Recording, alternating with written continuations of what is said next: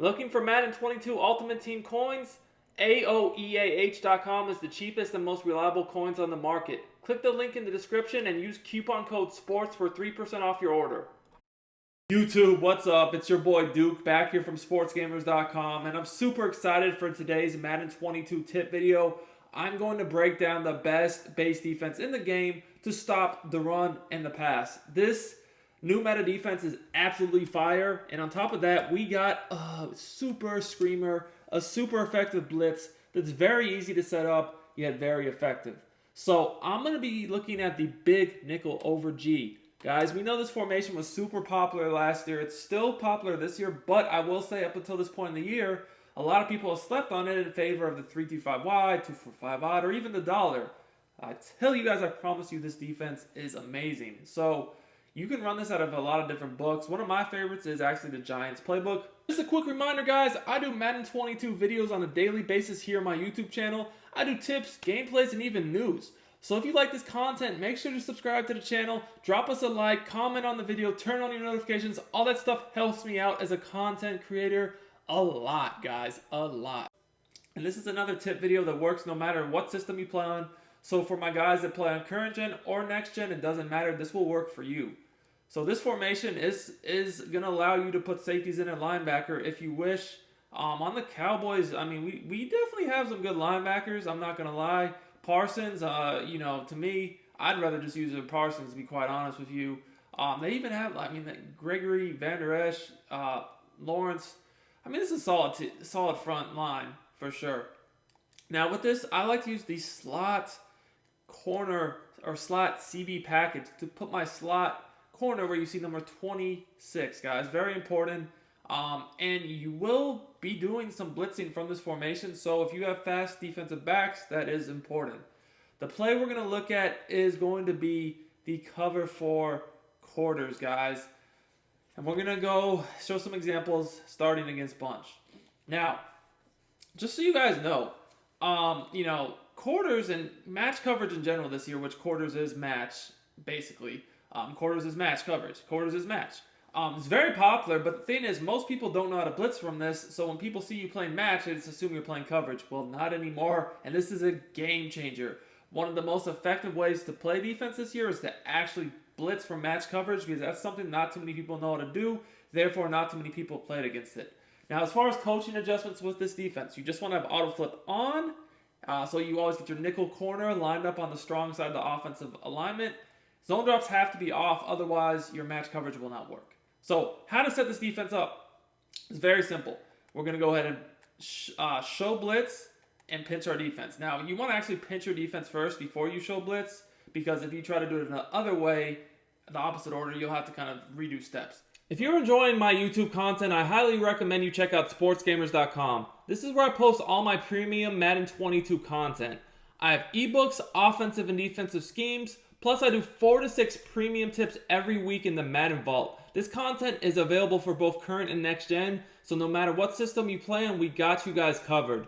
Our best offer yet is the Sportsgamerz Madden VIP membership. This gives you access to the entire site, every tip, every ebook, plus the meta reports for only $19.99. I'll post a link to it in the description and the comments. Make sure to check it out for the best tips and content available at the best price anywhere.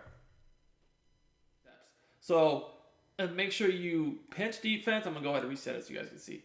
Pinch defense, and then show blitz. Now, at this point, what I'm going to crash my defensive line to the outside, or slant them to the outside, which is up on the right analog stick. I like to use the linebacker or safety in the 3-rec hook zone and stand in this B gap on the side of my nickel corner. Now, you guys can see when I use this alignment, you actually get your safety in this quarter zone in the box too. Now, at this point, there's a lot of different ways we're going to run it, and I'm going to show you examples of each. So, first of all, you can simply just blitz either one of these players in the box, one of them. Curse on the left, or you can blitz Lewis on the right. In this example, I'll just blitz Lewis. And what I like to do with my user is just put them in the B gap and put them on a blitz angle. My play art is glitched here, so it's not showing me on a blitz angle, but let's just take a look at how this works exactly. And if you suspect they're most likely passing the ball, I would pass commit 2. That does help out.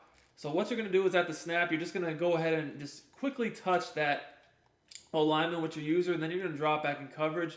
And you guys can see this is a screamer.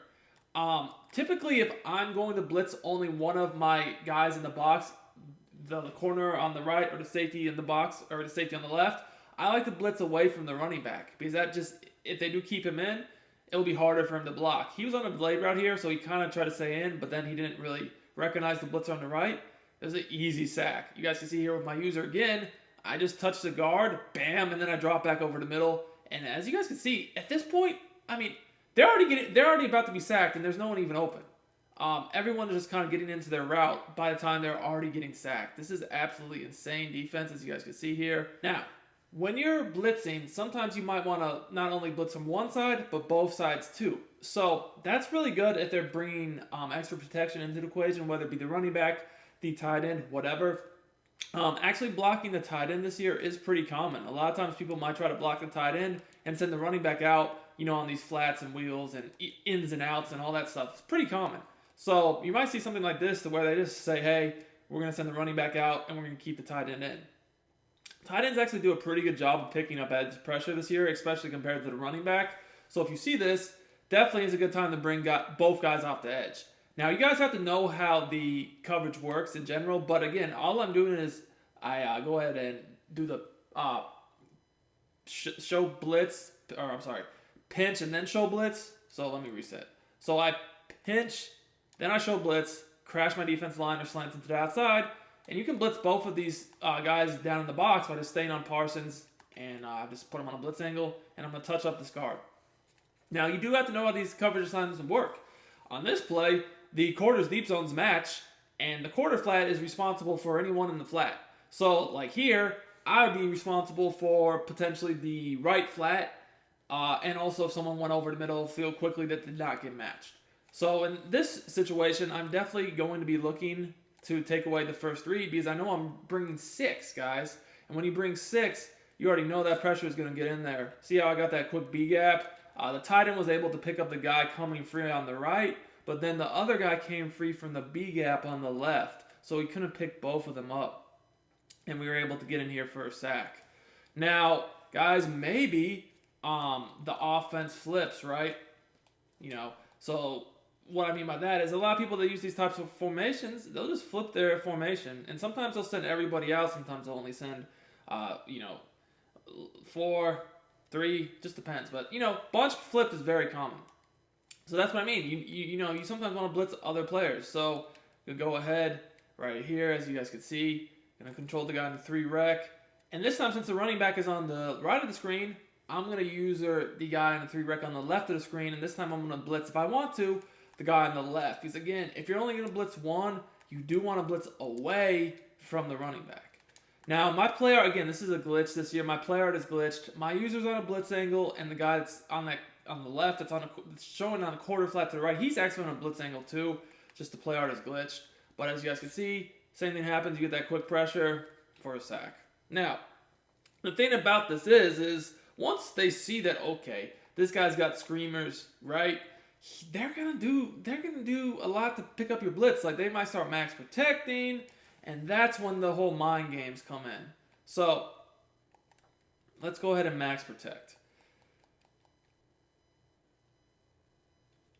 Alright, so if you see that they like to max protect, what I like to do is just play coverage. And that's the beauty of this. Quarters match coverage is so good this year when you know how to use it that, you can simply just play coverage and bag people. But it's hard to bag people play after play when they know there's no threat of really a blitz. So now you show that you could blitz, and they're like, okay, well, this guy's got screamers. Let me just go ahead and give myself some time and max protect. Maybe they work crossers, maybe they work some post corners, whatever. Whatever they might try to do. But the bottom line is I've kind of broken down this coverage this year. You still want to slant your defensive line outside, but basically what's going to happen here is each quarter flat does take away the first guy that basically heads into the flat on that side of the field.